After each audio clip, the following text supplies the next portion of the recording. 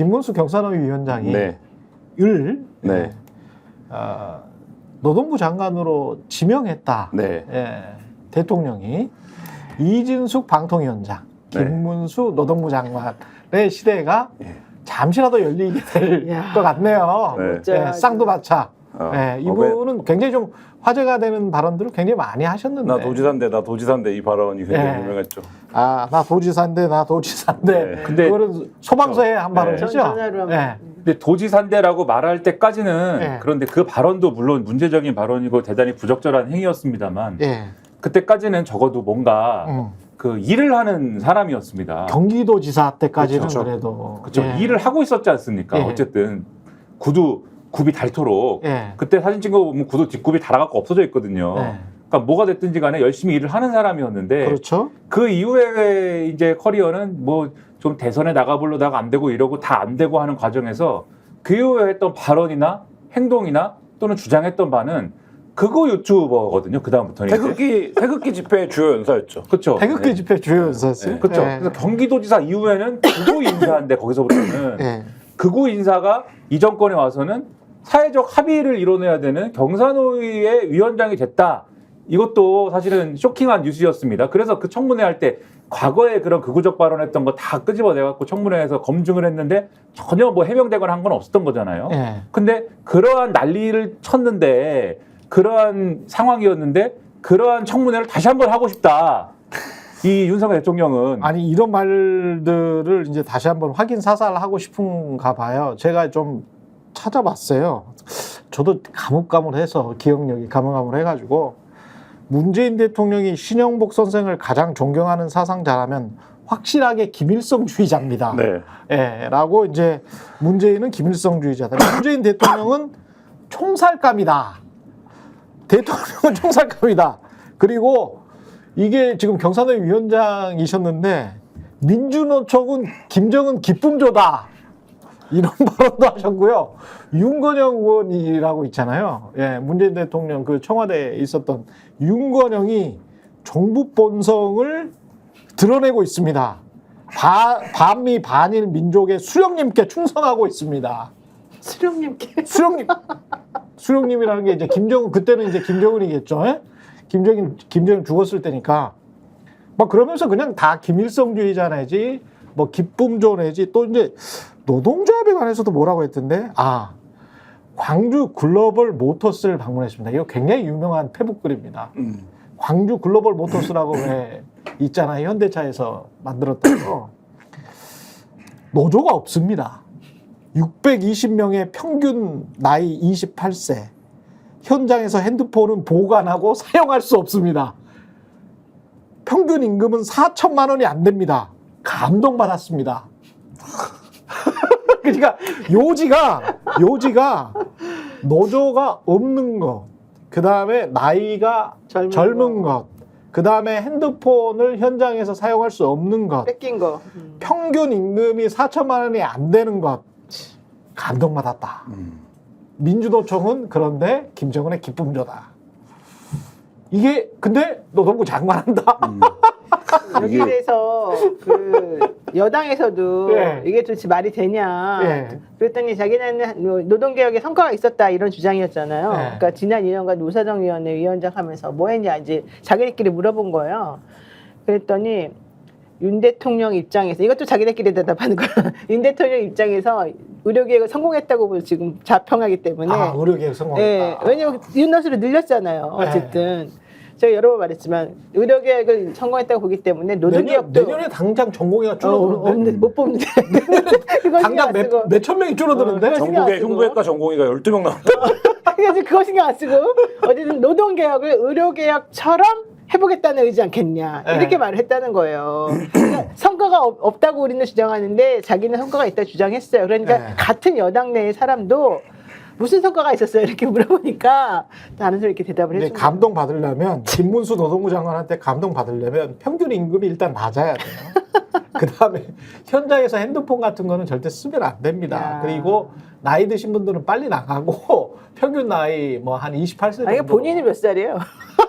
73세입니다. 그러니까 본인은 왜 그럼 그 자리에 있는 거예요? 근데 김문수 뭐 노동부 장관 후보자가 항상 이제 그 보수 정권에서 노동계 관련 인사로 분류가 되면서 중용이 될 때 나오는 논리가 네. 20, 30대 노동계 현장에서 일을 했다는 거예요. 근데 이분이 나이가 지금 70이 넘었어요. 그러니까 한 40년, 50년 전 50년 전에. 일인데 네. 이런 논리면 제가 불과 한 30년 전에 네. 태권도 상품을 땄는데 국가대표 태권도팀 감독을 하는데 전혀 지장이 없네. 네, 이런 식의 연결인 거예요. 그 사이에 이분이 살아온 삶의 경로라든지 지금 네. 뭐 발언들 소개해줬지만 제가 이분이 이제 그 이른바 태극기 집회에서 발언들 할 때 유튜버 분석하는 일들을 많이 했었었는데 그때 보면 거의 막 그 결기가 느껴졌어요. 나는 다시는 오피셜한 무대로 돌아가지 않을 거야.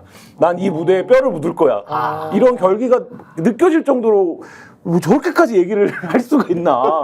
경기도지사까지 지낸 분이 이런 생각이 들 정도의 수위와 톤으로 발언을 하다가 정권이 바뀌고 갑자기 과거 50년 전, 40년, 50년 전 노동 경력을 바탕으로 해서 보수 정권에서는 노동하면 김문수지 뭐 이런 이제 말하자면 등용이 되는 걸 보면서 역시 사람의 관운이라는 건 타고나는 것인가. 이분은 분명히 제가 알기로는 그 광화문 무대에서 오피셜한 무대로 돌아가는 걸 불살랐는데 이게 다시 지금 이분하고 살아가고 데뷔된 사람이 차명진 전 의원 아닙니까? 네. 차명진 전 의원이 원래 김문수 의원이가 네, 보좌관이었죠. 보좌관 출신에서 그분도 원래 그렇게 같이 네. 노동이나 이런 운동 하다가 변절한 두 사람 대표적인 인물이었었잖아요. 그렇죠. 네. 근데 어쨌든 한 명은 그래도 끝까지 대통령의 이렇게 성운을 입고 한 명은 가평에 가 계시고 지금 그러시네.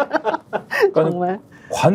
근데 관운은 원래 그러니까는 없어야 되는 분인데 이 정권이 이제 관운을 만들어주는 거죠. 특이한 분이고 아까 보수 내에서도 이제 여러 가지 망설임이 있을 수 있다 이런 말씀하셨는데 자유한국당 시절에 그러니까 토론회를 열었습니다. 김무성 의원 등이 보수가 거듭나자 이런 토론회였어요.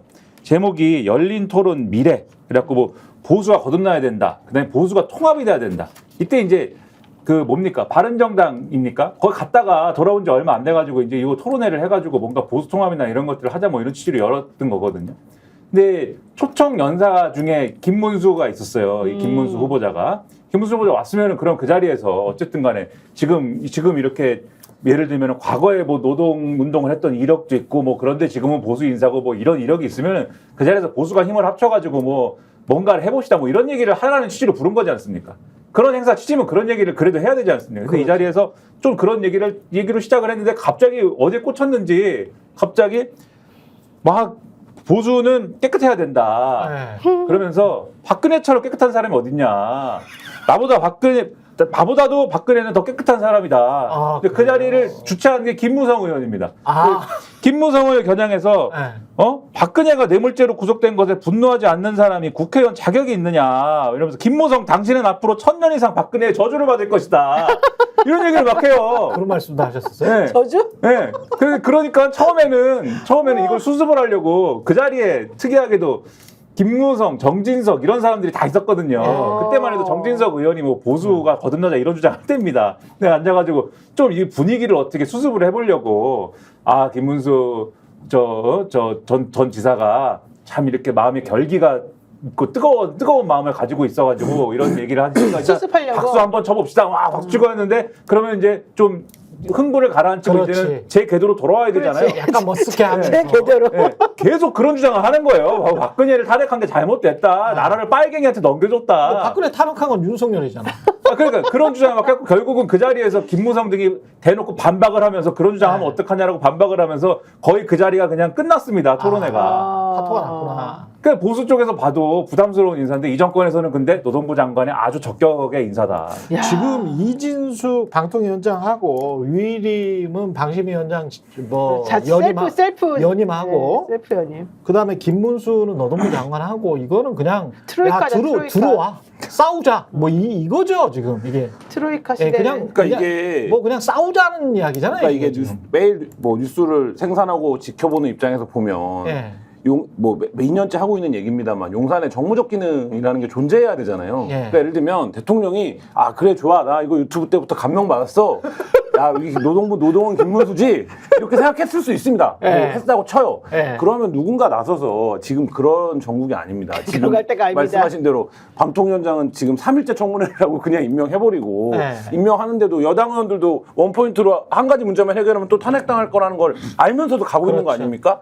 뭐 그런 상황이고 방심위원장 말씀하신 대로 이러고 인사를 이렇게 하는데 우리가 그나마 정상적이고 합리적인 인사를 기용할 수 있는 자리에 이렇게 가면 안 됩니다. 이 얘기가 당연히 돼야 되고 거기서 제어가 돼야 되는데 그게 아니라 오늘 이 브리핑을 비서실장이 직접 나와서 해버립니다. 정진석 비서실장이. 그러니까 이게 뭐 언론의 보도자료를 통해서 알린 것도 아니고 대통령의 의지가 실려 있는 거거든요. 그러니까 이 부분이 여전히 굉장히 우리가 헌정사에 뭐 이례가 없는 이례적인 사건들을 겪고도 용산이 여전히 같은 모습이다. 이거를 단적으로 좀 드러내는 게 아니라. 윤석열 저희가 얘기할 때 오셔가지고 라이브로 관전하시기 바랍니다. 반드시 주변 사람들 데리고 오시기 바랍니다. 구독, 좋아요, 알림 설정 해주시기 바랍니다. 좀 살려주십시오, 저 좀.